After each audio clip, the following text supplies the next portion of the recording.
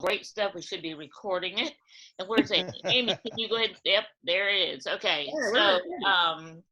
so let's go through some of those topics again for those people that are not on and will be watching the recording.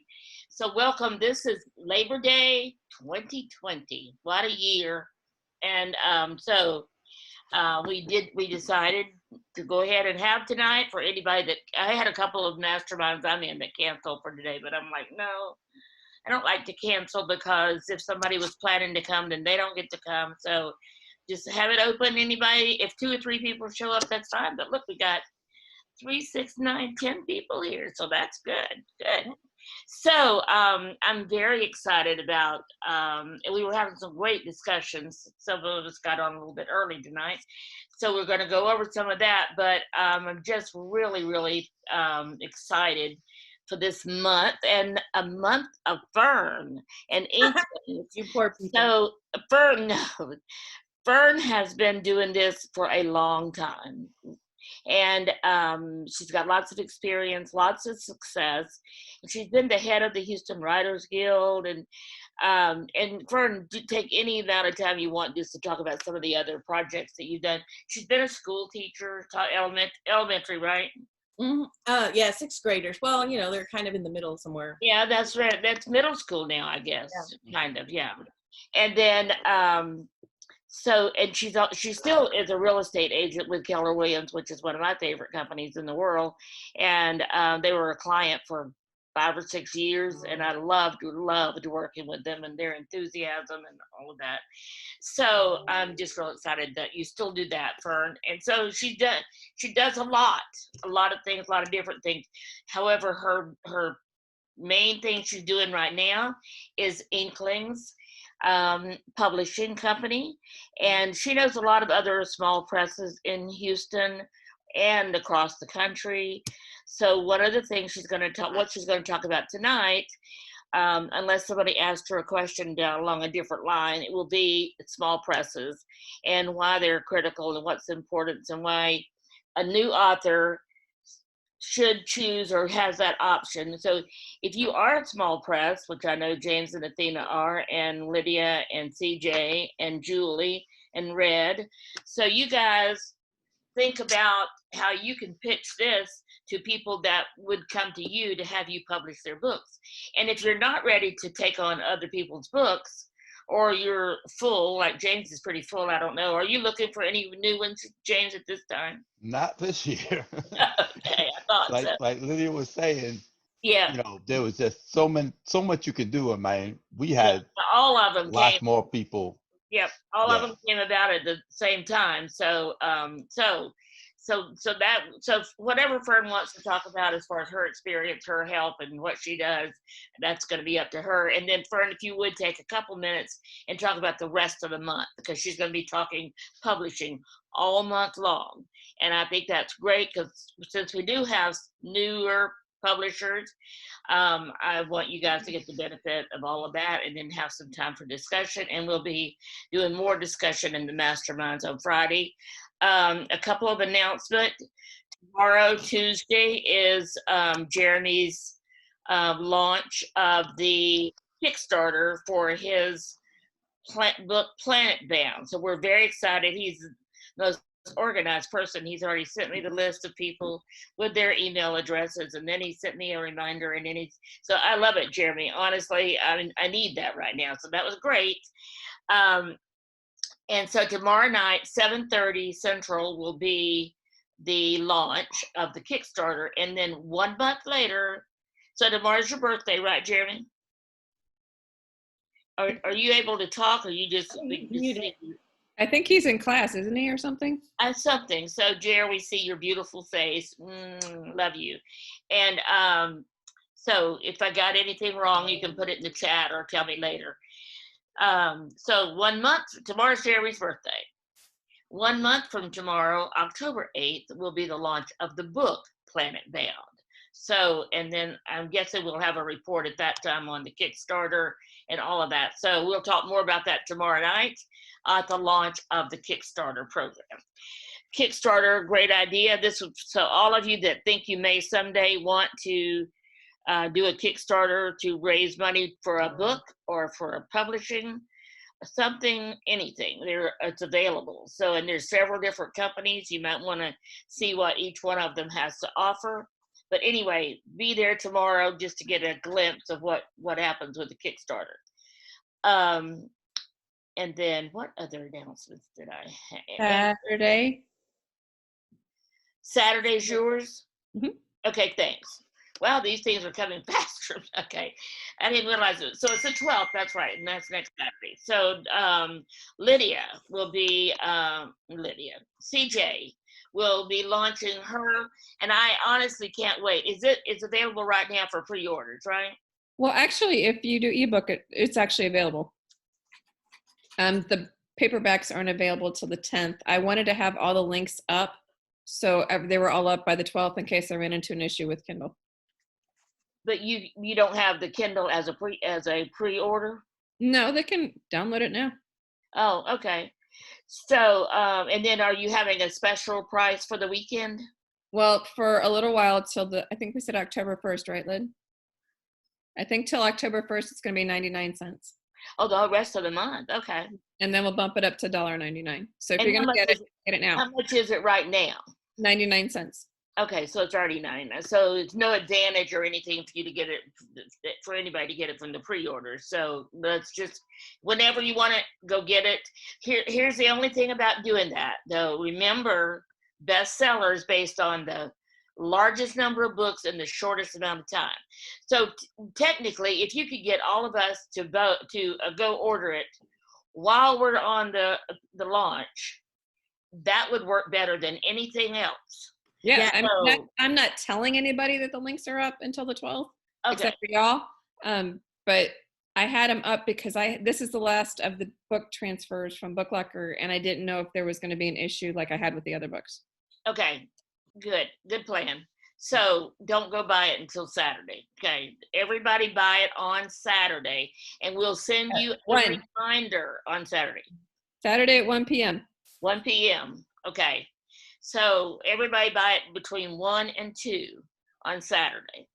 And then the advantage of the pre-order is it doesn't matter when people buy it, you don't get credit for it till the day that it goes live. And then all of those get dumped in your bucket at one time. So it is confusing, and I'm actually reading a book because I did read that Amazon has made some changes to that. And one of our clients, Joshua Bloom, has a coach in New York City who is also a publicist, and she does help people with Amazon bestsellers. So we're doing it for him, but she shared with us, with him, and he shared with us exactly the steps to being a bestseller now.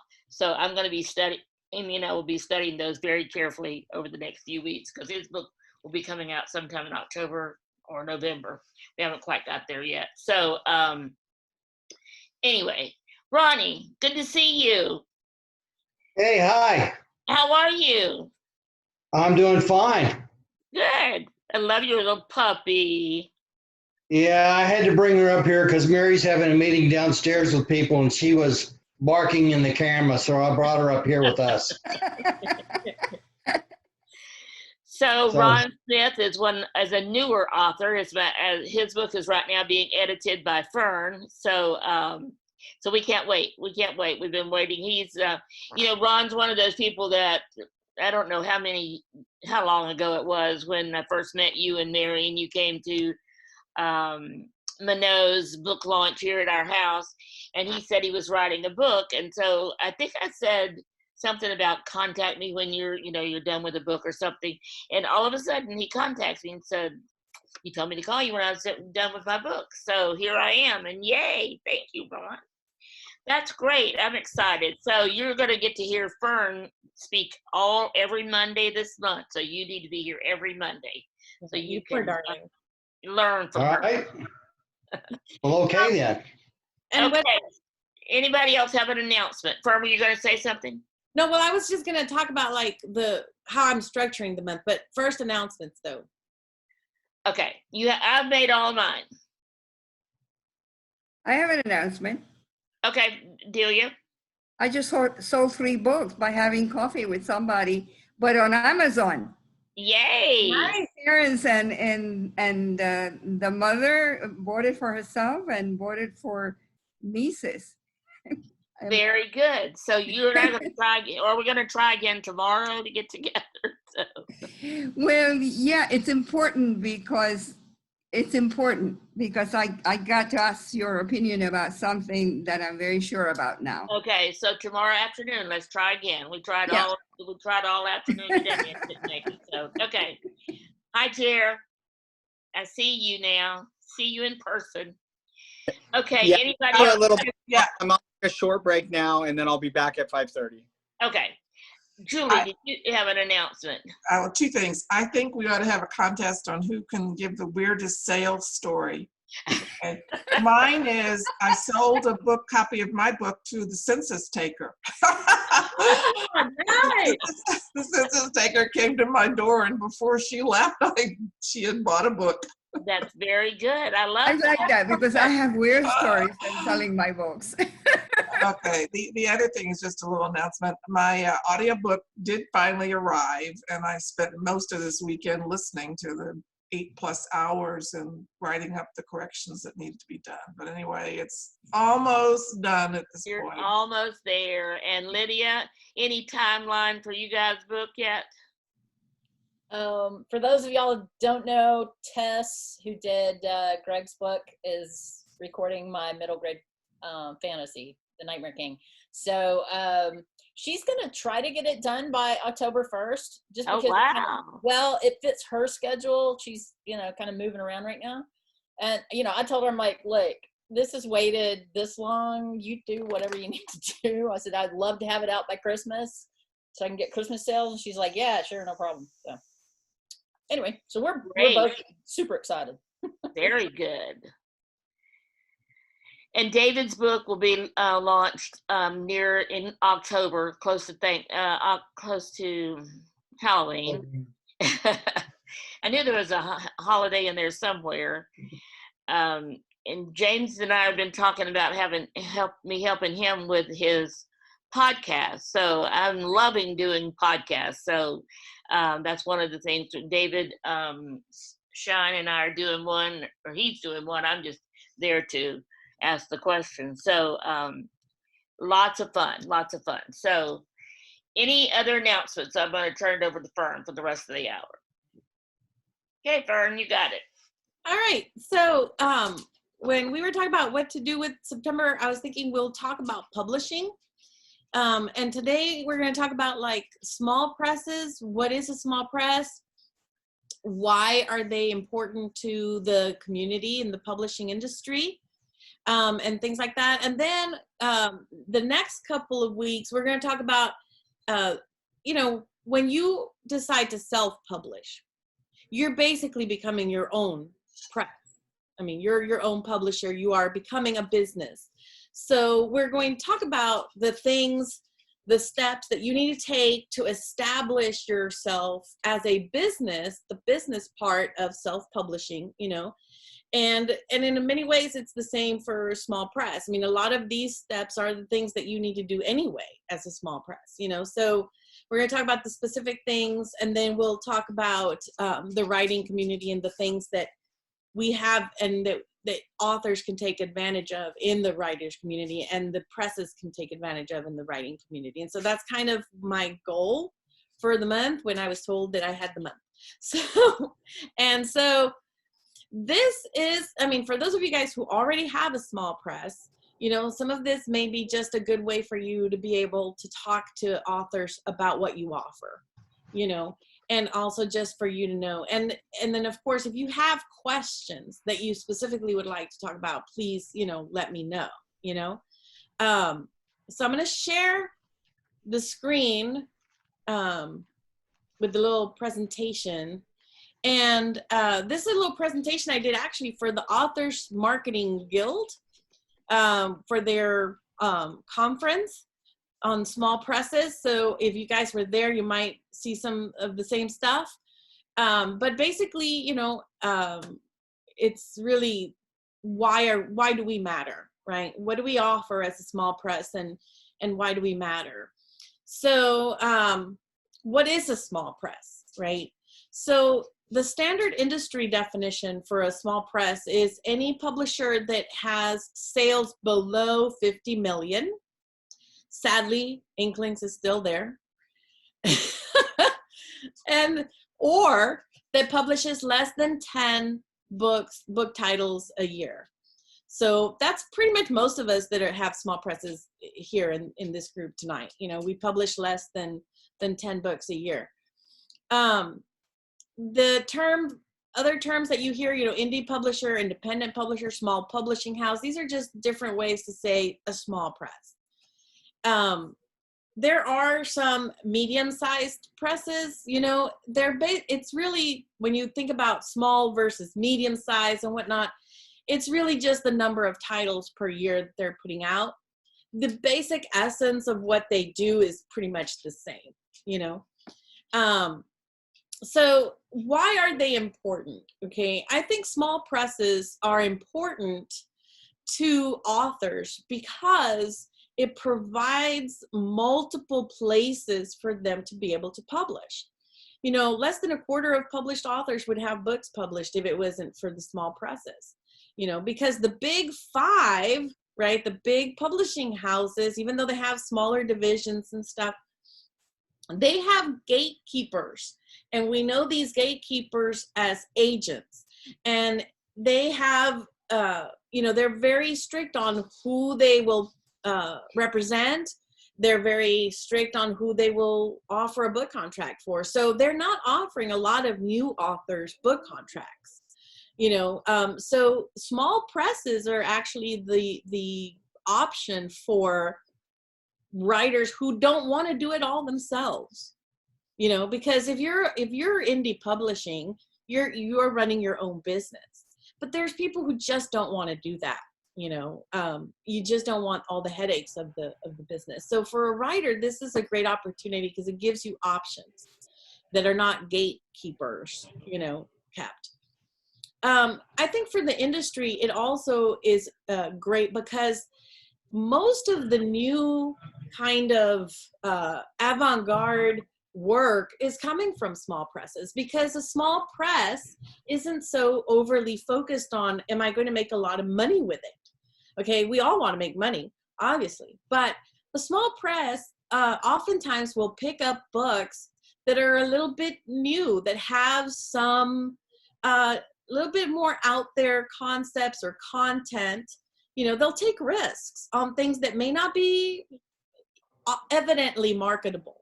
You know, a big publisher, big agents, they're going to want stuff that they already know for sure they're going to be able to sell a lot of copies of.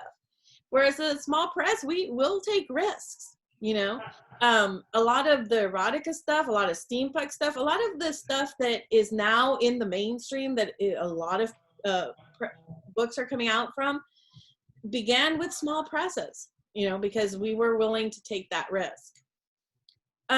It's also important just for the art, because you need an ecosystem that is robust. You know, it used to be that, you know, everybody was what you were given availability of for reading and for art was strictly controlled by the gatekeepers.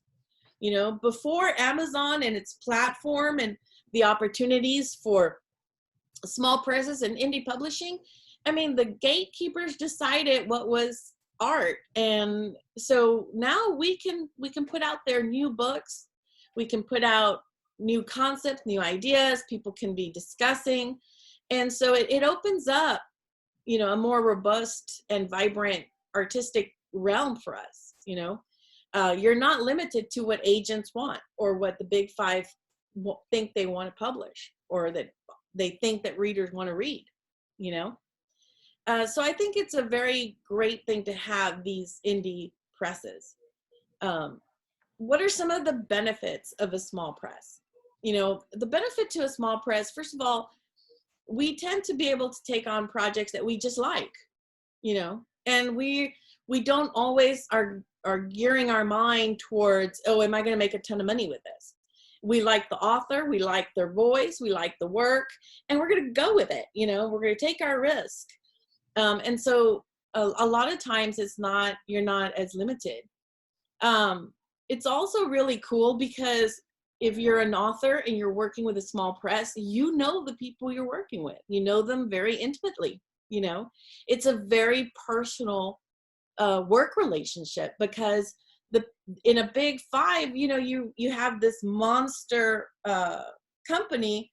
You're not going to know everybody who works for Penguin. You're not going to know everybody who works with Simon Schuster, even if they're publishing you. You know, and with a small press, you know the people, you know the owner, you are in a much more close relationship with the professionals that you're working with. And also, since they have less authors, you have more attention, you know, and all of their resources are brought to bear on you. You know, they're going to put everything they have on every one of their authors, you know. Whereas with a big publisher, you know, they have much bigger budgets, they have bigger resources, but they're not going to give you a national campaign if you're a brand new author, you know. They're going to put their biggest bucks behind George R. R. Martin or, you know, J.K. Rowling's, or the people that everyone already knows, which doesn't really make sense because everybody already knows them, you know. But they're going to do that because that's where they feel like they can get a lot more money from. And the newer authors that they're venturing forth are not going to get all of the awesomeness of the big press, you know. But if you're working with a small press, you're going to get all of their help, you know, because for a small press, and I know that those of you guys that have one, you can vouch for that, every author matters. You know, you really want every last one of them to be super successful. So you're going to work with them and you're going to do everything you can for all of them, you know. So that's an important benefit, I think, you know, of working with a small press. There are drawbacks to small presses. We have smaller budgets. You know, we do not have $1 million budgets. So there is definitely, you know, less that they can do, you know. However, they're going to do everything they can for you, you know. Some of the things too, some small presses are limited in the kinds of formats that they do. Some small presses are not doing audiobooks yet. I know Inklings, we haven't done audiobooks yet. Some small presses are not doing hardcover runs, you know, so you might have some limitations with certain ones where your book, you know, might not be immediately available as an audiobook. It might be something that comes along later, or a hardcover or what have you. You know, depends on how the press is publishing. And also the ease with which, you know, people can publish today can lead to a lot of presses out there that aren't really knowing what they're doing, you know. And some of them may be also charging authors, and we're going to talk about that as a red flag. You know, a small press doesn't charge an author. A small press is a business that is an investor, you know. So that's going to be you know, important. And so you know, making sure that the small press you go with is knows what they're doing is going to be important. Red flags. Okay, I was kind of losing myself on my notes, sorry. True publishers or investors. So, you know, when you're looking at a publishing house that calls themselves a publisher, but they charge you for like $9,000 or $10,000 or $5,000 or whatever it is they charging you to publish your book, that's a no. You know, don't go there. Usually what happens with those is that you really don't get the service. You know, they're not going to invest in developmental edit to make sure that your book content is strong. They may or may not even copy edit, even though they're charging you supposedly for it. You know, I've seen a lot of those assisted self-publishing companies, and their books have tons of errors. So, they obviously didn't do what they charged for, so those are not. And the most important thing to look at, how is the press making money? If the press is making money charging the author for stuff, then that's not a legitimate press. If the press is making money because they're selling their books and they're marketing their books and they're working with their authors to build their author platform, that's a legitimate press, so that's a good way to know, some of these assisted there are a handful that are good, that actually do the stuff that they're supposed to do, but it's very hard to vet that. So it's better to just go with the traditional understanding, Just a little anecdote. CJ got an email last week from an author out of Austin, and she hasn't signed a contract with anybody yet, thank the Lord. Whoever it was that had proposed to publish her book wanted $20,000. I'm Wow. like, that is the most I've ever, and it's a children's poetry book. Supposedly it's some well-known Texas person. We're talking to her this week, and I said, please tell me you did not sign a contract. She said, no, I didn't. And I said, thank you. Yes. Good. We charge a small upfront on ours, and then we make 10% on the sales of the books. The rest of the profit, the rest goes to the authors, because we can't afford, like you're a little more established than we are, Fern. We can't afford to just take a book with nothing, but we're kind of more of a hybrid. But I can tell you, we are probably the least expensive hybrid out there, because we've heard all of these horror stories and we're like, no, don't sign with those people. No. Yeah, and some of the stuff that we're going to talk about coming up in the next couple of sessions this month, I think will benefit you guys, because you'll be able to see some of the things that you can do that are not as expensive as you're building up, Yeah. But definitely, I have heard horror stories, but that's the worst. I mean, 20,000, that's ridiculous. Well, we had another author that contacted us. He's now one of our clients. Somebody wanted to charge him $10,000. Now, granted, his book is huge, and it's more scholarly, but they wanted, and then they wanted to start changing everything, and I was like, no. So anyway, needless to say, he was very happy to find us. And for the nonfiction authors, Mike Ellerkamp had an experience with a publishing company that you would think it was a very reputable one based on the name and all of that. But they charged him something like 20,000. I think it was. Red may know the numbers more than I do, but I know it was a lot. But some of these publishing companies are listed on that ALLI, whatever their caution page is. Mm-hmm. And so that would be a good thing to check out, to see if you're going with a publishing company. Go look to see if they're on any of these lists of beware of kind of stuff. Absolutely, because oftentimes they do get on there pretty quick. Mm-hmm. And that's a great resource. Author beware, for who is not really doing a good job out there. And now I've seen, so Tate Publishing was billing itself as a Christian, which is even worse, because now you're giving Christians bad names. But it went bust, and we had Mike Sims, who does a lot of trailers for us, who his first times was with them, and he had a horror story. But now I'm suddenly seeing a new Christian publisher out there, and if you start Googling, you begin to realize it's the same people. Oh my God, because they went out of business. Yeah, so that one's out of business, but now they can start a new business. See? And so now so you really do need to be careful and do a lot of due diligence on researching these people, because sometimes they just move and they just close shop one place and they open shop elsewhere, and they're still scamming people, and they're still calling themselves Christian publishers. So apparently they just want to scam Christian people, which is terrible, That is sad that people will use that it's terrible. So here's some things to look at for when you're looking for small presses, here's some things to do due diligence on, right? Here's the things you want to ask yourselves about it. Who is running it, right? You need to look up who is running it, because if you look up these people, you'll find out it's the same people from over there, you know? So do look those up.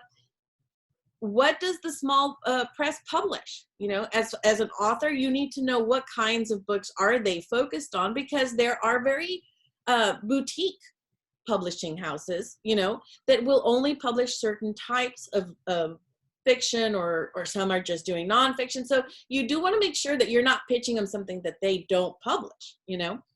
Also, how often are they publishing? You know, you know, you should start following some of the presses and begin to see, you know, how often do they put out a book, and what kinds of things do they do when they put forth books, you know, because that'll tell you what they will do for you. And it also tells you, you know, when you could expect your book to come forth, you know, when you start with them. Where they're located is also important. And we're going to talk about the pros and cons of having a more local one versus maybe one that may not be in your vicinity, but maybe publishes your genre.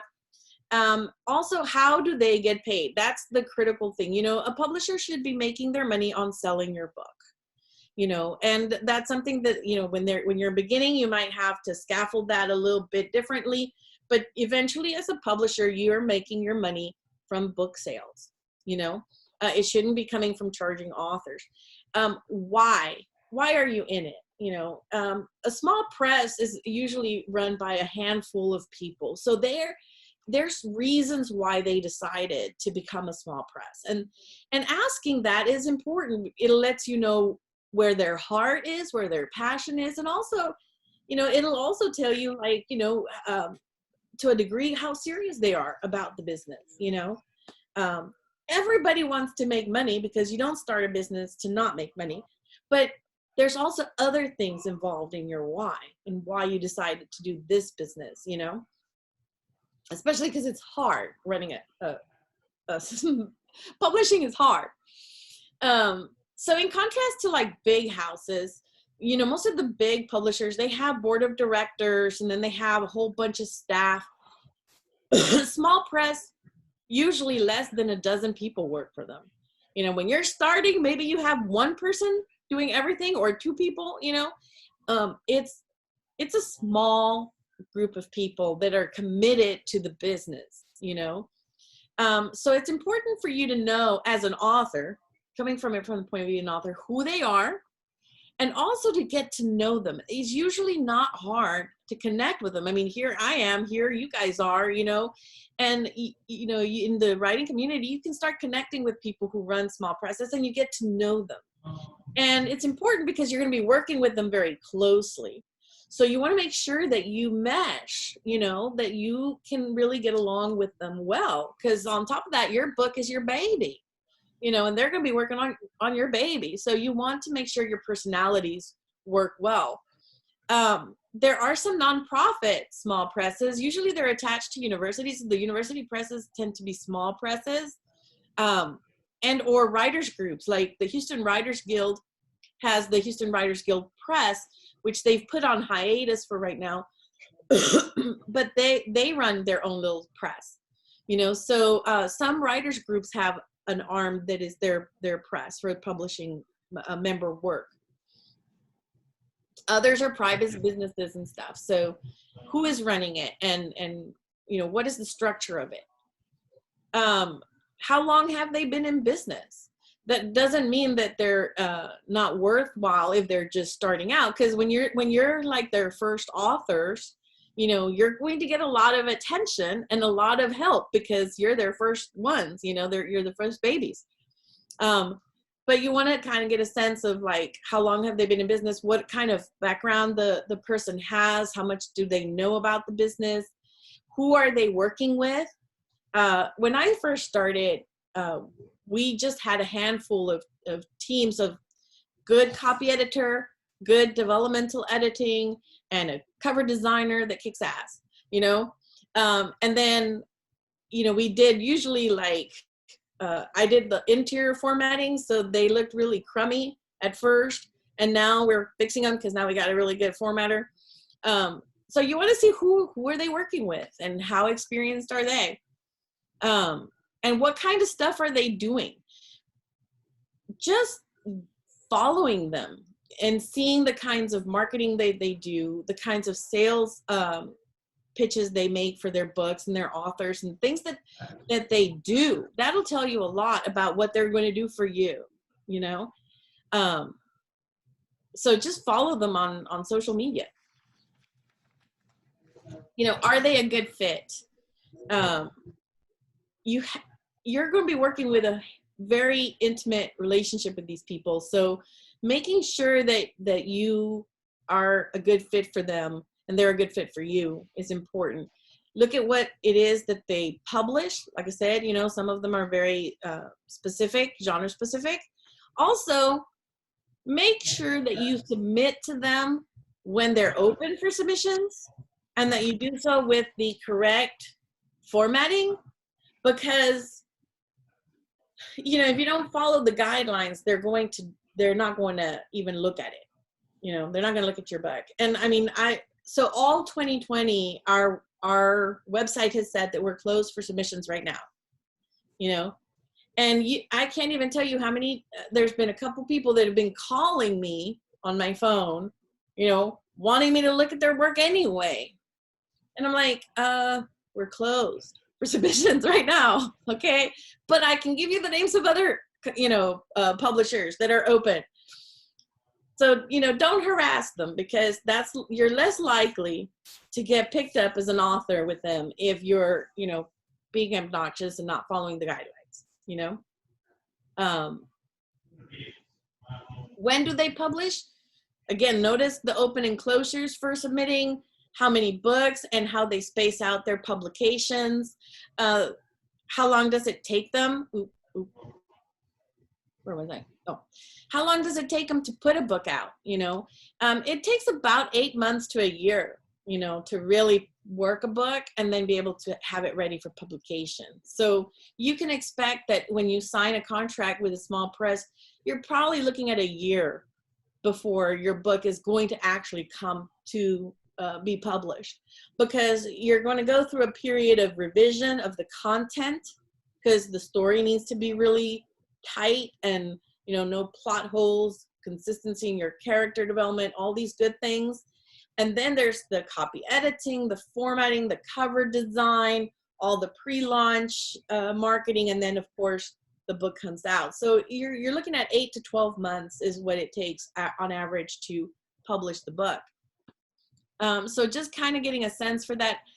Inklings made the decision not to launch our new authors yet this year. We're waiting until next year to launch the authors that would have their first book with us. Just because 2020 is a really sucky year, and we didn't want to give them a debut in a sucky year, you know? So the people that we've launched this year are our continuing authors, right? The authors who are doing book 3 or book 2, or who have already, you know, some other published works, so that they're not, you know, debuting in an environment that is very economically not so great, you know. So that was just a decision we made. But look, you know, but on average, you should be able to see, like, you know, what we usually have more publishings going on, but this year kind of just, it's 2020. Where are they?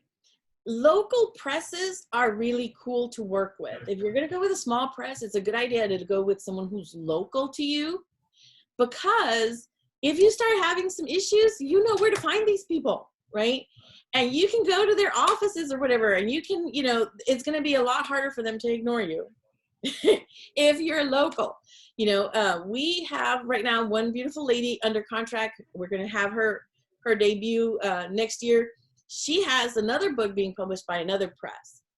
That book came out like 3 years ago, and they haven't gotten her on a schedule to do the next follow-up books, which, you know, once you've got a debut, then you need to, within a year or 6 months, have something else out as an author to keep your momentum of your audience. So she's been struggling with them on when are they going to do book 2 for her series, you know, and and she's been very frustrated with them, and all she's got is emails, and there's no way to personally connect with people. So that's a benefit to local, is that you'll be able to kind of get in touch with them a lot easier. Also, local authors, local presses, we already have relationships with like the local bookstores, with local shops, and other venues. We have inroads with like Comicpalooza to put our authors in panels, so you have a quicker way to access some of these things as an author when you go with a local press, because they already know who they're going to connect you with, for book signings and for panels and things like that. And if you go with someone who isn't in your area, then they may not have that, and you might have to make some of those inroads yourself. Some of the cool things about having a press that maybe has authors across different places besides just their local ones is that they may already have some good, advertising platforms that they're using, because they're already, available in other states, other places. But that's not always the case, Inklings began with Meg, and she's up in Rochester. She was our first ever author. She was like far, far away from us. So, I had to get up there. I took a lot of trips up there. Not that it was, a horrible thing doing it. I enjoyed it, but it was, I had to get up there and connect with people and help her and, establish those things that I would have already had here, So even though she, I don't even remember how she discovered us, but, we have other authors outside of Houston, but, our Houston ones are the ones we can help the most because we're here, but we do what we can, and I will travel because I love traveling and helping authors, but we are like trying to stay, more local to help. They may have a wider network for distribution, but again, they might not. So do investigate, how do they get paid? Like I said, a publisher gets paid through sales of books. That's where we make our money. It is painful job. At first, it's minuscule money, but that's how we get paid. And you as an author, you get paid royalties. You get money from the sales of your books. Some presses also get subsidized by an organization. Like I said, some of them, like the Houston Writers Guild, when the Houston Writers Guild Press was up and running, the bigger organization subsidized the press, so some of the guild money went towards the press. And the university presses are like that as well. And sometimes, you can get grants. There are some grants out there for small presses. They're hard to get, but, you can just keep knocking on the door and get some funding. Payment flexibilities. Small presses tend to pay royalties. I don't know how you guys pay royalties, but traditional presses usually do a quarterly distribution. Small presses, it's not uncommon to have a biannual or an annual royalty distribution. It saves you time as a small press, man hours, if you're not having to do all the number crunching every quarter. Inklings does a biannual, so our authors get paid at the beginning of July for the first 6 months, and then at the beginning of January for the last 6 months, which turns out really good for them because they just went through Christmas and then they get a check. So that's kind of nice, So that's how we do ours, and that way we only do accounting twice a year, and it saves us some man hours of crunching numbers, and the checks are bigger. Because if I had to do them quarterly, the checks would be smaller, so it gives you a better feel also as an author when you get a bigger check. But payments, the way payments are made is an issue also that you need to look into, like how are they doing it. Small presses don't do advances. Like you guys were talking about, you ask for like a little bit of money up front. Usually like traditional publishers, they've stopped doing some of this advances too, but there's some that are still doing it. usually an author would get an advance, right? You'd get like a chunk of cash, you know, thousands of dollars up front. But that was against your royalties, which meant that if you never made more money than the advance, you were never going to see more money than what you got up front, you know? And sometimes that happened with some of the newer authors, you know, they weren't putting that much effort into marketing their books, and so they never got past making more money than the advance. Small presses, you're not going to get an advance. You know, there's just no funding for that. But royalty splits are higher. You know, usually on a traditional press, you're looking at maybe 10 to 15%. That's the author's cut. 10 to 15%. That's what the author gets. With small presses, you usually get a much better chunk. Inklings is 50-50. So 50% for the author, 50% for the company. So that's a really nice split, you know? And so you need to investigate, like, what are the splits with the different small presses. But usually you're gonna get better with a small. Also, making sure how they calculate royalties is important. What all do they deduct from the money that they make from your book before it's considered profit, and then they split, right? Because your royalties are based on profit. And so you need to make sure you understand how they're gonna break that down, because a lot of times it turns out that, yeah, you're gonna get this much, but they're deducting so many different things and so many expenses that at the end of the day, you really just get 10 cents, you know? So make sure you know how it is that they do their royalties. You know, what do they consider expenses that are deducted from the author's part? If you go with a large press and you have an agent, the agent's payment comes from the author's part. So out of the 10 to 15% that you get to pay your agent, you know? So that's something to also note, that your chunk is going to be a lot smaller as you look at it.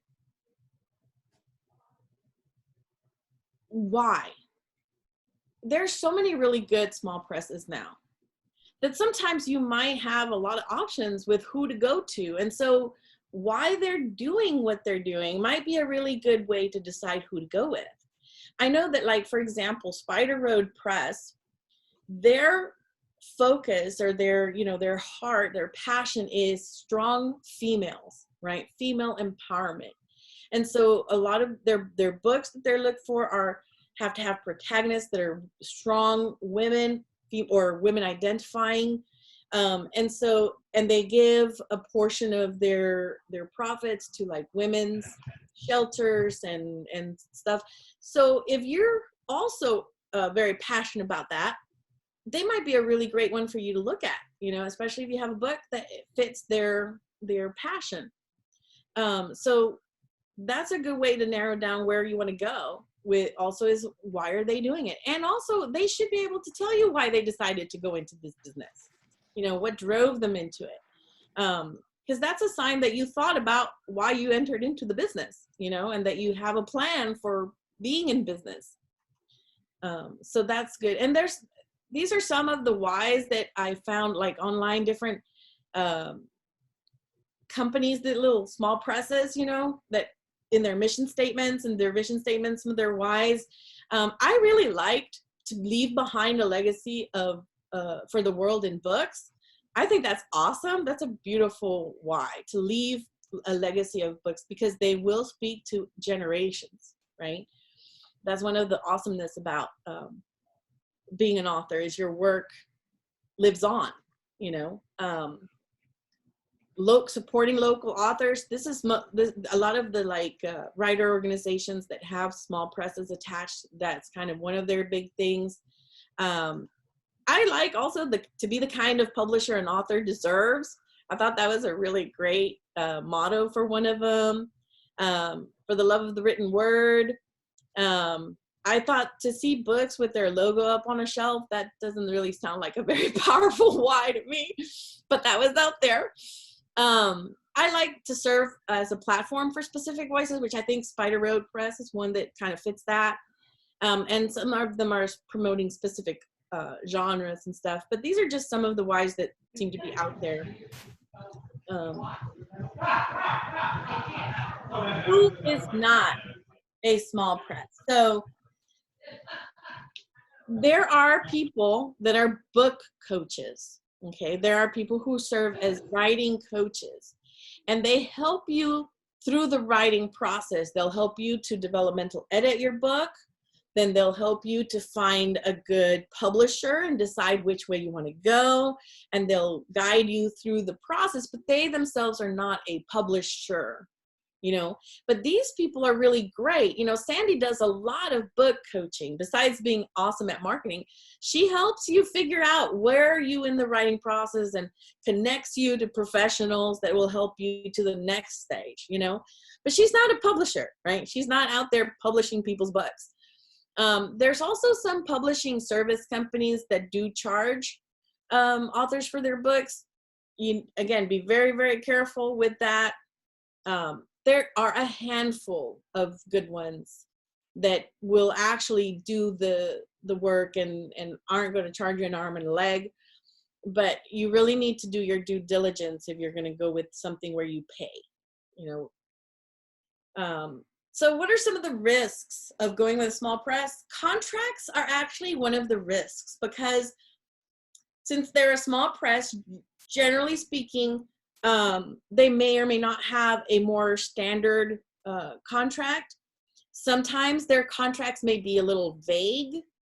Depends who wrote it. Did they hire an attorney to write their contracts, you know? Traditional presses and some small presses have some clauses that can be kind of abusive, like very pro the press and anti the author, you know. So you really need to have a good lawyer look through the contract and make sure that you understand what it is that is in the contract, what they are saying are your responsibilities, what their responsibilities are, you know, and negotiate. I'm a realtor, so I know that everything is negotiable, okay? And it's not any different in the publishing industry world, right? You ask for changes in the contract. The worst that can happen is they say no, you know? But if you're not comfortable with some of the clauses, you need to make sure that you ask, you know, and that you negotiate with them. So contracts, that's a hard one to, that can be kind of risky with small presses. Depends on who made their contract, you know, or where they got it. So do look carefully at it. Budget is one of the drawbacks, risks of going with a small press. They have smaller budgets, right? But they also have less authors they're spending on, and you are one of them. And so they're going to do everything they can for you, but what they can do may be limited. So you need to investigate a little bit about, like, what is it that they do for their authors and how much money do they spend on them and stuff, so that you can kind of get an idea, you know. Also, some of a lot of, I know that Inklings runs a lot on money that I have made, you know, doing other things, right? Real estate. Okay, that I make a lot of money in real estate that I can put in Inklings. So oftentimes small presses run on budgets that, you know, are derived from other resources of the person. So, you know, knowing that these resources may at times be more limited than others is important. You know, grant money is great, but sometimes it ends. You know, some grants are not renewed. Sometimes, you know, you're just not given another chance, or it just goes away. So, you know, look at their sources of revenue. And see, you know, how long they've been in business, all that good stuff. Personality, I think, is one of the #1 problems that comes in with small presses. That's what I've heard a lot. When I was in the guild, I heard a lot of issues that arose about personality, you know, conflicts. In a small press, you have very close relationships with the people you're working with. So, you know, you need to really like them. and they need to really like you. That doesn't mean you have to be best friends, because it's a professional relationship, but you have to be, you have to be willing to work with them, and they need to be flexible enough to work with you. So, make sure you get to know who is there, and who you're going to be working with. So just kind of in general, if you're going to run your own business, if you have an entrepreneurial mind and you can distinguish between you, the author, and you, the business owner, then indie publishing is the best route. You publishing yourself, becoming your own press, because you're going to make all your money. You're going to invest all your money, but you're going to make all your money, But if you don't want to be bothered with all the business stuff, okay, a small press is a great option, because getting into the bigger ones might be difficult as a brand new author. And I'll tell you, like our very first author, Meg, she started with us with the Twisted Reverie series. And now she's been publishing some nonfiction horror books with Simon & Schuster. Okay. One of Simon & Schuster's companies have picked her up. She started with a little small press, but because she already had our sales numbers, our promotion behind her, all of that, she was able to get in there. So it could be a really good step to go with a small press, because downstream, another set of work could go with a different publisher, a little bit higher level publisher. So it's a great opportunity for you to start, and you don't have to be agented most of the time. You don't have to be agented with small press. And it's personalized. So you get to really understand. You get to really understand what publishing is about, because you're working very closely with the individuals. And because you're one of just a handful of people that they're working with, you're going to get all of their attention. You're going to get all of their effort, and they're going to love you because you're their author, and that's really a beautiful relationship. And just make sure that you're doing your due diligence and researching, make sure you research and you get, and I would talk to some of their authors, go and ask them how they like their publisher, because that's the best thing you can do.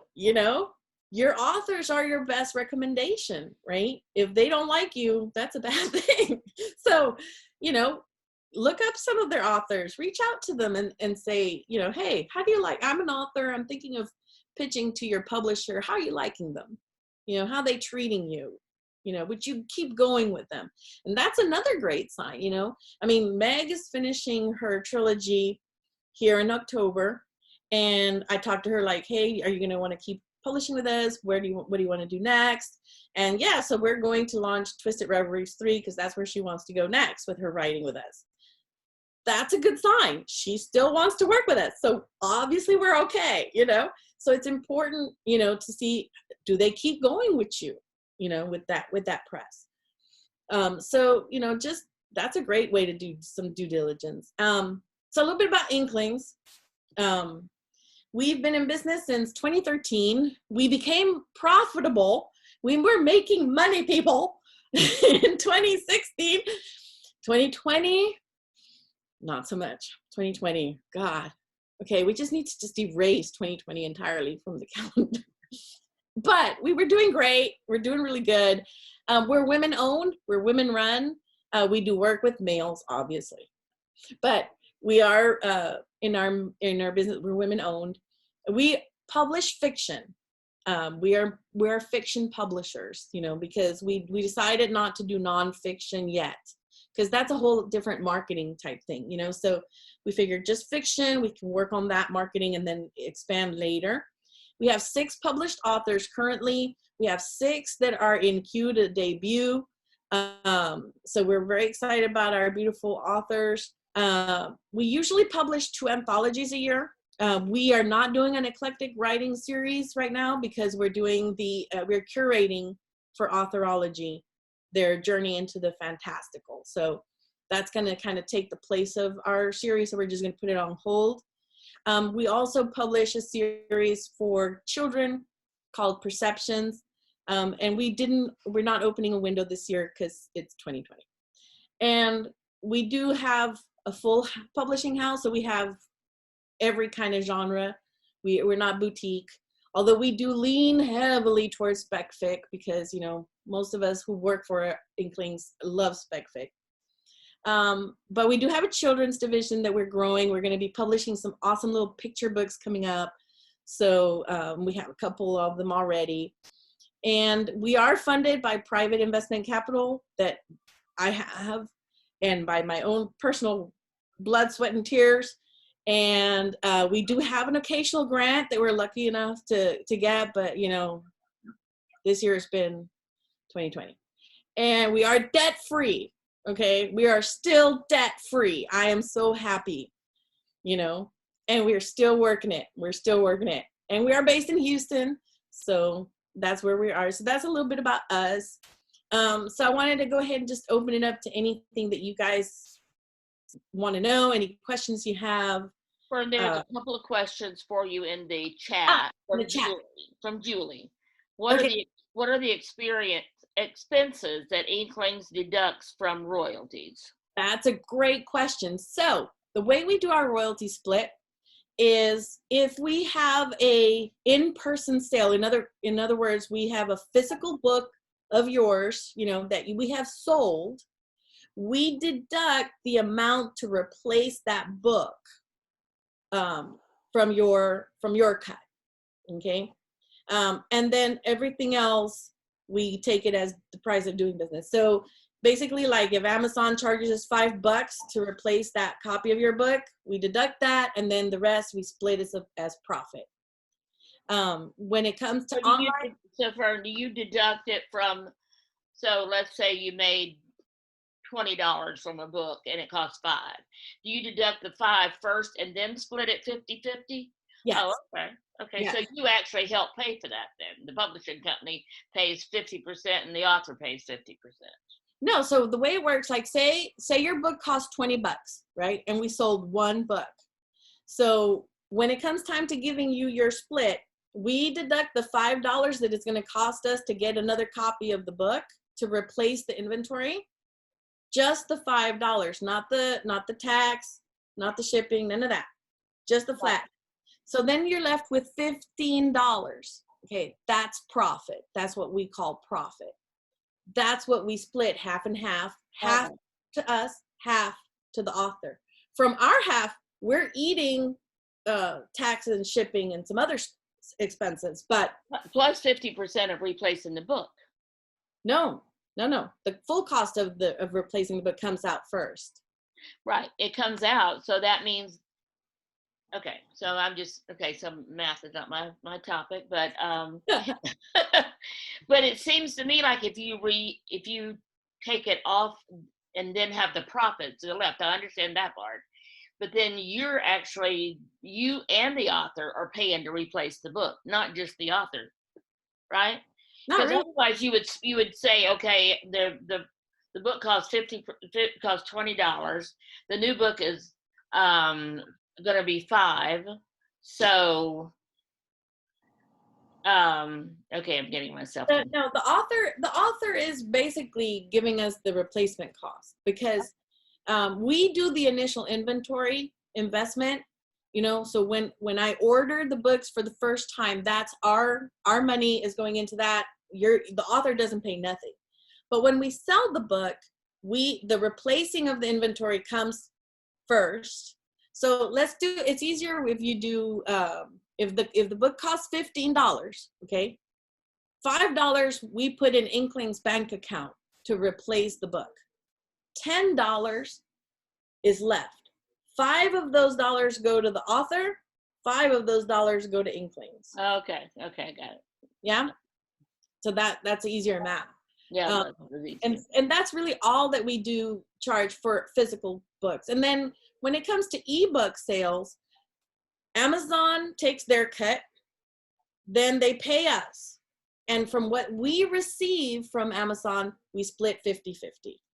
So we don't deduct anything from that because. Got it. Got it. That's great. That's an awesome way to do it, I think. So good job. Do we tell authors what our budget for the book is? No, because I mean, authors don't really need to know how much we're going to spend on making their book. We do talk to them about marketing monies. You know, oftentimes I will have conversations with authors about like, hey, I've got this much money. We've got these contests we could put your book in, or maybe we can put an ad over here. Would you prefer? Sometimes we have those kinds of conversations, you know, because some authors don't really care too much about contests. Other authors really like to be in contests and maybe win an award. So I like to sometimes give them options. You know, if I've got a little bit of money and I've got options of like how to spend it for them, we may talk about that, you know, but we don't tell them like, oh, it's going to cost us this much money for your editor and this much money for your cover artist. And they don't need to know that, you know, they don't need to know that. Got it. Yeah. So that's pretty much how we work it with them. And, cause we cover everything. I mean, we pay for everything. So, and what I can We also have questions for Fern. Jeremy. Hey, lady, what's up? Hey, what's up with you? I love listening to you talk about this. I've heard you talk on this a couple of times now, and I just love it. You do such a good job of breaking all this down. What I gained from it by hearing you and from hearing like James and Athena and from others in the group is Successor Games. I learned so much about being the publisher part of it, because Successor Games will eventually, writers, especially authors who are fiction writers who want to make their genres into tabletop role-playing games, is where we will offer them. My question is, what does that, because that's a little bit different, so could it be called small press, or would that more be called a licensing issue with a game company, which it is that, but isn't that what small press actually is you're just licensed? I mean, that's really what it comes down to, because who owns the license for the IP, you or the author? So we only own the rights to publish. Okay. That's what we own. We have the right to publish, exclusive right to publish in all formats. That's what we are purchasing. The copyright to the work remains the author's. It's their work, you know. Very good. So I would imagine that you're creating a license to publish the work as a game. Correct. Is what it sounds like. Yes. You know, which then I need to talk to you, because I totally have a game in mind for my world. Yes, Gaga. Yes, I love it. But yeah, so that would be you would. But there's so many similarities that I see, especially when it comes to all the stuff done on the marketing end of it for them. Through everything that I've learned on doing it on my own, that it's just awesome to be able to glean from y'all. Thank you. Yeah. I mean, you're basically a little publisher. You're just publishing games. Yeah. Yeah, Jeremy, that may be something for us to explore a little bit, because when you look at somebody like Chicken Soup for the Soul, that's where they made most of their money, was in the licensing. So somebody comes along and buys a license to use that, then they can go do their own chicken soup for the whatever. Yep. And that's how then, but they pay them for the license to use that brand. Yes. So that's something to look into. Fern, you and James and all the other publishers, is, you know, when would you just sell the license to use it? And you would still own it, but you give somebody else, you sell them the license to use your brand or your whatever. And especially in the gaming world. That falls underneath like an imprint too. Yeah. As a subsidiary. Right. You can imprint you can let someone else publish underneath your name using a little different name. So but that's sort of like an imprinting idea too, that you can sell the name to somebody else. Well, not sell it, but you license it. And also the author has control over some of the stuff, because, for example, we don't have exclusive rights to like a potential game. that they might come up with. Correct. So our authors could easily pitch you, hey, we got this world, and they could go with you for that. Or we also don't have any you know, exclusivity or whatever over like film rights, you know, because I am not interested in trying to make films, you know, or trying to pitch our books as potential films. Now, I have put our books in the hands of people that might, some, you know, like John Cusack, right? He produces books, and I put a couple books in his hand when I met him, and I managed to still talk a little bit, you know, before he looked at me. And I totally fangirled and closed down. But I put some books in his hand. Is something going to come out of it? I don't know, you know, but we do. I will do stuff like that, you know, but I don't have rights to negotiate on behalf of my authors film rights, you know, because that would get too complex. Right. Neither do we. We don't take the film right. I want to ask you, do you do the copyrights for your authors? Because I usually do the copyright. I would prefer them not to have the copyrights, because I'd rather, you know, go out, get the copyrights for them, and and have everything come to one place. So I'll know when people are, you know, violating the copyrights. Yes, we do. We file the copyrights for our authors. We do. Yeah. Do you do that before they go to print? Yes. Yeah. It's part of the production process. Actually, as soon as we have a final copy that is clean and ready to go, it's not going to change, because you don't want to have to file a change. So once we've got the book the way it's going to go, then we file it. Yeah. Same here. Makes sense. And we do file copyrights on our covers as works for hire. And we do file copyrights over our illustrations when it's a picture book. We have a couple of picture books, so we do it as, we've done it as a work for hire with the ones that we have. That's smart. Now the one that is coming up, Dragadillo, is actually going to be the copyrights of the pictures are going to be Christina's, because it's a husband and wife team. He's the author and she's the illustrator. So we're copywriting the text, and then we're copywriting her illustrations under their individual names for the book. Oh, okay. Yeah. So that's interesting. I haven't copyrighted the covers. The work for hire is that's, I mean, having that really clean really protects so many people, especially you guys, because nobody can then come after you when it comes to, oh, that's mine. Yeah, I contract my cover artists, so that they give up all right to that cover when they sign that contract. So I have no problems there, but I don't copyright them. But that's an interesting idea. Yeah, and it just protects you, because like we had an author that wanted to walk away because a friend of hers convinced her that indie pubbing was so much better. We were gonna take so much of her money. Poor thing, she was gonna starve. And so they convinced her, and now she's out there trying it alone. God bless her. But she wanted the cover, you know, and no, you don't get to use the cover, because the cover was something I paid for, you know, and it's a work for hire for me. So that's when we started doing that, just to secure our rights, you know. Yeah.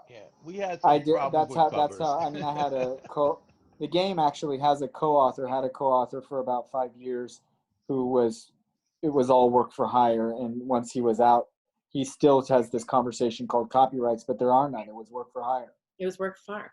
And we had so Rosa, who is the illustrator that I'm working with on Mr. Landon's library, it's coming up soon. She was working with another author that we had that was going to do a comic book. Well, you know, we had falling out with him. We released him, but he wanted to try to take her drawings, and we were like, oh no. It's a work for hire, my friend. That's right. I paid her; those things belong to me, you know. So yeah, that was. So it's come in handy, because we haven't had to litigate. but we have had some lawyer situations. Yeah, I haven't had to litigate anything in this either, but I have I use a firm out of California that's an IP trademark copyright firm. That's what they do because of Hollywood, right? And it's just saved me. I mean, it's just wonderful to have them in my back pocket because I don't ever have to worry So I have a question. have an attorney. His name is Dad. about it. Julie. I have a question for y'all. Sorry, because we're talking about copyrights, but when you say you do the copyright, you copyright it for your author. So it's copyright. It says copyright and your author's name, or does it say copyright Inklings or copyright? No. When you actually file for copyright, you have to put the author's name as the copyright owner, unless they sign the copyrights over to you. Yeah, unless they did it as work for hire. Yeah. Right. Yeah. And that's different because that's a different kind of copyright. Right. Yeah, no, they own it. I just do the filing for them so they don't have to worry about doing it. And so I make sure that it's done, you know. So I just go in and do it, but it's theirs. It's owned by them. Inklings isn't on it. Yeah. And when I do it, I'm the contact person. Rock Hill Publishing is the contact. So all the contact will come to me. That's why I say I know if there's a copyright violation or whatever, because I'm the one that's going to get contacted on the information. But it's in their name. What about foreign rights? So if you wanted to, like for instance, Julie's book would make a great book translated into Spanish. Delia's is. So do you sell the foreign rights? Who owns those, the author or the publisher or who? We don't have the rights to, we do not look at exclusive rights for translations because it's not cheap to translate a book and we're not interested in going into that yet. So for example, Andrea Bailey, she has a romance series with us. She had her first book in the series translated into Spanish. That's her baby, you know, and we did work out with her use of the cover because, you know, it's to our benefit. But that's hers because we don't want to get into but when she sells the book in Spanish, it still comes into Inklings and you still have the very same split, or is it goes to her? It's hers. She has it under her own okay, got it. Her own Amazon account, her own stuff, because that's something we're not really we don't really want to go into at this point, you know. Got it. I mean, right now I'm just building up our basic English stuff, you know. The next step for us will be audio. We do have in our contract built in audio books. You know, we do hold that. We haven't produced any, but we do own that right to produce because that's something I do want to go into. Yeah. You know? And that falls underneath electronics books. So ebooks, audio books, those fall underneath electronics, and that's usually in our contract too. We own the audiobook rights, we own the ebook rights, and only the English worldwide rights. So if it's published in English anywhere in the world, it's ours. It's ours. Mm-hmm. But as far as translation and filmed are completely different. So yeah, we don't do film rights. We don't do translations either. Yeah, because those are markets that you really, I mean, eventually when we are really big and humongously successful, we might want to, but like right now, you know, yeah, we're barely, we just need to survive 2020. I'm going to jump off. We need conventions back. We really do. We sure do. That was the hardest hit. Honestly, when I sat down to do the royalties in July, you know, to give them their first half of 2020, I cried. I don't think we've been in the red. We haven't been in the red since 2016, you know. I'm not used to seeing red on paper anymore. But that's what hit us because a lot of wonderful conventions we were going to be at and selling events we were going to be at, all gone, you know. But it's okay. We will recover. Yes. We will survive. Well, luckily, we're starting to go up. So good. Yes. Because we're started the market with Sandy, and I thank Sandy very much. So we are starting to make money. Not a lot, and I'm probably still losing my shirt, but and you're working full time to help provide, just oh like yeah, Fern does. So I have a good job. So anyway, So I gotta jump off. And so this has been great, Fern. I think all this information is great. So we're going to continue the discussion.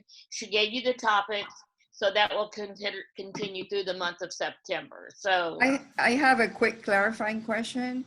So if when I go to get my translation, as I get my translation, so either self-publish my translation or I go to another publisher to publish my translation. Either way. Yes, because there are, I had this discussion recently with one of our authors who had found, or maybe it's one of my writing coach clients, but she found a publisher from Mexico who would be interested in maybe doing her book in Spanish down there and publishing it in Mexico. And Delia, you may find a publisher in Puerto Rico, actually. Mm-hmm. So that'd be a great thing to talk to Magali about, to see if she knows a publisher there, and then you and I can get in touch with them. But I can do some research too to see what there is. And because what I'm negotiating with the translator is that she gives me the book. And then I have to go through the step of setting up the book and getting it published. That's how. And then you're going to split the money with her, or are you going to pay her up front? No, we're not splitting any money. I'm paying her a fee. Okay. That is the best way. It is the best way, yeah. Ends with the last. I'm getting the person who's going to do the fine editing, the last fine editing, formatting it for publishing and getting it published. That is included in her contract, and that's what we agreed in. And I just wanted to throw in, if anybody's interested, my experience with the illustration was that my publisher connected me with an illustrator that she recommended, and it was up to me to use her. And then I worked with that illustrator, and with just $25 extra, I own the rights of my illustrations. Okay. Paid her for doing the illustrations, but with just a fee of $25. They're yours. So they're my copyright. Very good.